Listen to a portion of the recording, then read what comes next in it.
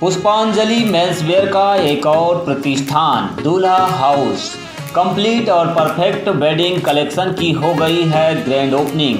शादी ब्याह की खरीदी के लिए चले आइए अब हमारे नए प्रतिष्ठान में, जहां आपको मिलेगा कोट सूट, ब्लेजर, शेरवानी के साथ ब्लैकबेरी कंपनी के किफ़ायती जैकेट और सूट ब्लेजर, मान्यवर कंपनी के ब्रांडेड कुर्ता पाजामा, जैकेट, साफा मोजड़ी, dupatta, party wear, Indo western का एक से बढ़कर एक कलेक्शन।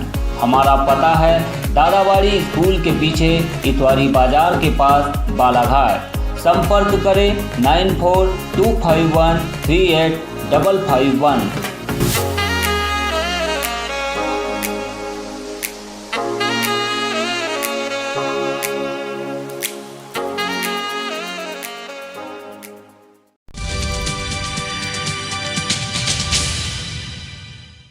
ओबीसी महासभा बालाघाट के द्वारा आज पिछड़ा वर्ग की विभिन्न मांगों को लेकर इस आयोग के नवनियुक्त अध्यक्ष गौरीशंकर बिसेन के आवास पहुंचकर ज्ञापन सौंपा गया।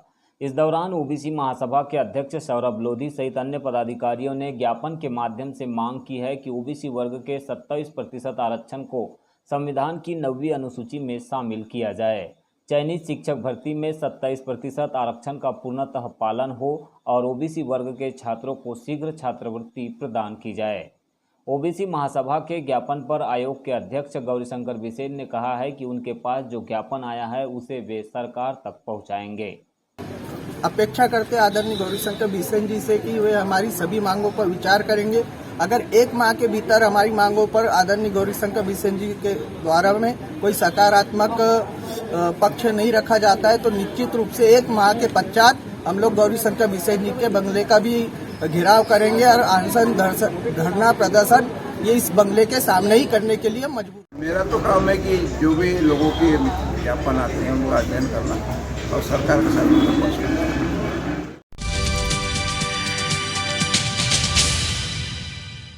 बैहर क्षेत्र के भंडेरी में भारतीय किसान ट्रैक्टर संघ के पदाधिकारियों की बैठक संपन्न हुई। इस बैठक में आगामी 22 सितंबर को बैहर में आयोजित होने जा रही आम सभा और ट्रैक्टर रैली को सफल बनाने की अपील की गई, जिसमें क्षेत्र से करीब 100 ट्रैक्टर लाने का लक्ष्य रखा गया।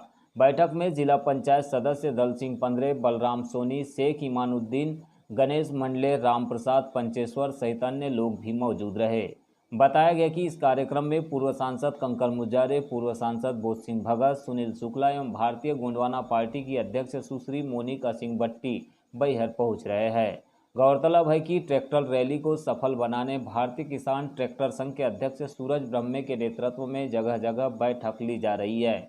15 सितंबर को ध्वनि विस्तारक यंत्र और पॉम्पलेट पर्चे के माध्यम से प्रचार किया जाएगा और हम जगह जगह जाके बैठक ले रहे हैं और आने वाले 22 तारीख को हम कम से कम 4000 ट्रैक्टर लाने का लक्ष्य रखा है, जिससे सरकार को हम आगाह करना चाहते हैं कि हमारे मांगों को पूरा किया जाए।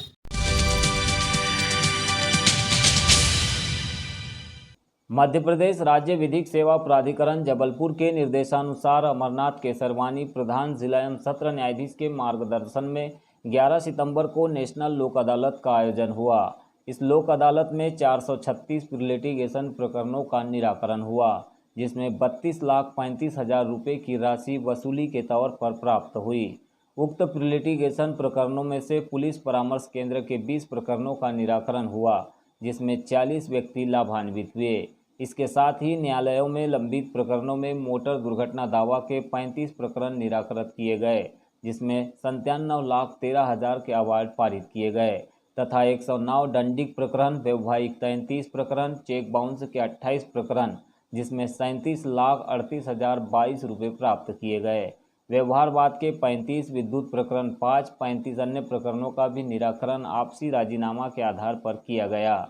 इस प्रकार कुल 281 लंबित प्रकरणों का निराकरण हुआ है।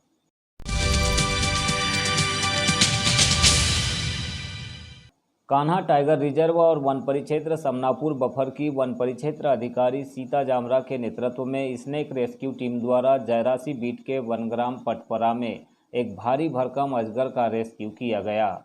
यह अजगर बाकल गांव के कृषक जगतलाल कावरे की बाड़ी में मवेशी बांधने वाले स्थान पर था। जिसे रेस्क्यू टीम ने सुरक्षित तरीके से पकड़कर जंगल में छोड़ दिया।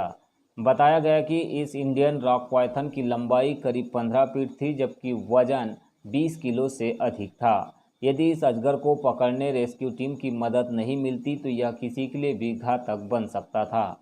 गौरतलब है कि इसके पूर्व भी वन परिक्षेत्र अधिकारी समनापुर बफर सीता जामरा के नेतृत्व में स्नेक रेस्क्यू टीम के सदस्य वन रक्षक घनश्याम सयाम, केवल सिंह, सुखराम धुर्वे, दुर्गा प्रसाद राहंगडाले और सिझोरा बफर टीम के शिवदास भासन, लखन सयाम और दशरथ के द्वारा विभिन्न प्रजातियों के लगभग 60 सर्प पकड़े जा चुके हैं, जिनमें अजगर के अलावा कोबरा, नांग और अन्य भी शामिल है।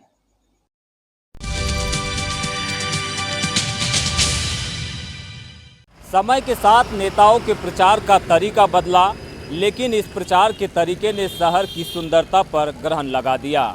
नगर पालिका प्रशासन के द्वारा इस शहर की सुंदरता को लगने वाले धब्बे को लेकर आज तक कोई बड़ी कार्यवाही नहीं की गई है।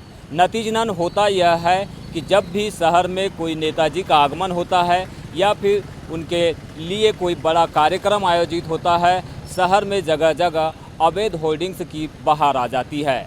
इस समय बालाघाट शहर में पिछले 4-5 दिनों से लगातार शहर के चौक चौराहों पर लगे अवैध होर्डिंग्स आम जनता के लिए परेशानी का सबब बने हुए हैं।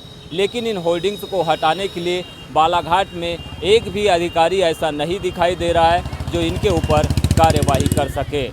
हम ये जानकारी आप लोगों तक इसलिए देना चाह रहे हैं क्योंकि पिछले 4-5 दिनों से लगातार लोगों की हमें ये शिकायतें मिल रही थी कि शहर में जो अवैध होर्डिंग्स लगे हैं, इनकी वजह से आम जनता के साथ कभी बड़ी दुर्घटना भी घट सकती है या फिर यातायात के लिए बड़ी समस्या बन सकती है। इसी को लेकर आज का हमारा यह स्पेशल कार्यक्रम अवैध होर्डिंग्स की बहार पर है, जो कि शहर के लिए लगातार नासूर बनते जा रहा है। आपको बता दें कि 8 सितंबर को मध्य प्रदेश में पिछड़ा वर्ग आयोग के नवनियुक्त अध्यक्ष बनाए गए गौरीशंकर बिसेन का आगमन हुआ था। उनके आगमन को लेकर भारतीय जनता पार्टी के कार्यकर्ताओं के माध्यम से शहर के चौक चौराहों पर बड़ी तादाद में होर्डिंग्स लगाए गए थे। ये वही होर्डिंग है जो पिछले 4 दिनों से शहर के चौक चौराहों पर लगे हुए हैं, लेकिन इन होर्डिंग्स को हटाने के लिए अभी तक शासन प्रशासन के जो जिम्मेदार अधिकारी है उनकी ओर से कोई पहल नहीं की गई है। लिहाजा शहर में अवैध होर्डिंग्स आम जनता के लिए परेशानी का सबब बने हुए हैं। वही यह दुर्घटना के लिए भी एक बड़ा कारण बन सकते हैं कभी भी, क्योंकि ऐसे चौक चौराहों पर अक्सर हम देखते हैं जब ट्रैफिक अधिक हो जाता है और होर्डिंग्स लगे होते हैं तो उससे कभी भी बड़ी घटना की आशंका बनी रहती है। लेकिन पिछले 4 दिनों से लगातार इसे लेकर मिल रही शिकायतों के बावजूद भी शासन प्रशासन के जो जिम्मेदार अधिकारी है वे अब तक होर्डिंग्स को हटाने के लिए कोई कार्यवाही नहीं कर रहे हैं। वैसे देखा जाए तो राजनीतिक दलों को अपने कार्यक्रम के बाद होर्डिंग्स, बैनर और अपने झंडे हटा लेना चाहिए, लेकिन बालाघाट में यह परिपाटी अब मुसीबत बनते जा रही है। जब भी किसी नेता का आगमन होता है या फिर कार्यक्रम होता है तो उनके द्वारा अक्सर शहर के चौक चौराहों पर अवैध होर्डिंग निरंतर लगाए जाते हैं, जिसका असर ये होता है कि शहर की यातायात व्यवस्था तो प्रभावित होती है, शहर की सुंदरता पर भी बड़ा ग्रहण लग जाता है।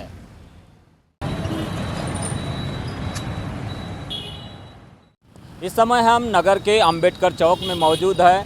यह चौराहा भी शहर के प्रमुख मार्गों को जोड़ता है और यहाँ से होकर सिवनी गोंदिया राज्य मार्ग भी गुजरता है। इस चौक में भी देख सकते हैं आप कि राजनीतिक दलों के अलावा अन्य संगठन के लोगों के द्वारा बड़ी तादाद में यहाँ पर अवैध होर्डिंग्स लगाए गए हैं। कुछ साल पहले कलेक्टर के द्वारा बालाघाट शहर के चौक चौराहों को सुव्यवस्थित करने और उनकी सुंदरता को बढ़ाने के लिए कुछ पेंटिंग भी कराई गई थी, लेकिन इस पेंटिंग पर भी अब होर्डिंग्स ने अपना कब्जा कर लिया है। ऐसा कोई स्थान नहीं है, ऐसा कोई मार्ग नहीं है जहां पर अवैध होर्डिंग शहर के लिए परेशानी का सबब नहीं हो। मेरे पीछे आप देख सकते हैं कि शहर में पुलिस प्रशासन के द्वारा यातायात कंट्रोल के लिए कुछ बैरिकेड्स लगाए गए और साथ में सहायता केंद्र भी बनाए गए हैं, लेकिन इन सहायता केंद्रों पर भी अवैध होर्डिंग्स की बहार दिख रही है। कुल मिलाकर देखा जाए तो शहर में होर्डिंग्स के नियमों का किसी भी तरह से पालन नहीं हो रहा है। जो चाहे जहां मर्जी हो नेताओं के द्वारा और अन्य संगठनों के द्वारा भी होर्डिंग्स लगाकर शहर की सुंदरता पर ग्रहण लगाया जा रहा है।